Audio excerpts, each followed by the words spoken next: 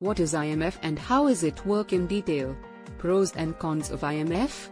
The IMF, or International Monetary Fund, is an international organization established in 1944 with the primary objective of promoting international monetary cooperation, exchange rate stability, balanced international trade, and economic growth among its member countries.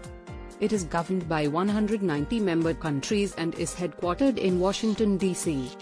How the IMF works. 1. Surveillance. The IMF conducts regular economic assessments of its member countries' economies and policies. It monitors global economic trends and provides policy advice to help member countries address economic challenges and maintain stability. 2.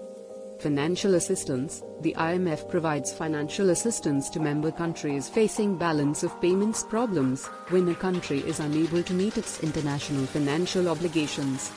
This assistance comes in the form of loans or credit arrangements with specific conditions attached to promote economic reforms and adjustments. 3. Technical assistance and capacity building. The IMF offers technical expertise and training to member countries to enhance their economic policymaking and institutional capacity. Pros of the IMF. 1. Crisis management. The IMF provides financial assistance to countries facing economic crises, helping them stabilize their economies and prevent further deterioration. 2. Expertise and technical assistance. The IMF's expertise and policy advice can help countries implement sound economic policies and structural reforms, promoting sustainable economic growth. 3. Global cooperation. The IMF fosters international monetary cooperation and provides a platform for countries to work together on common economic issues. 4. Financial stability. The IMF's surveillance and monitoring help identify potential risks and vulnerabilities in the global financial system, contributing to greater financial stability. Cons of the IMF. 1.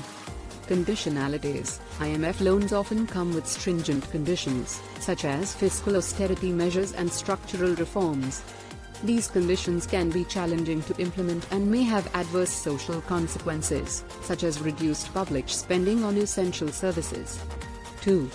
Sovereignty concerns. Some critics argue that the IMF's policy advice and loan conditions infringe on the sovereignty of recipient countries, as they may need to adopt policies that align with the IMF's recommendations, even if they are not fully in line with their domestic priorities.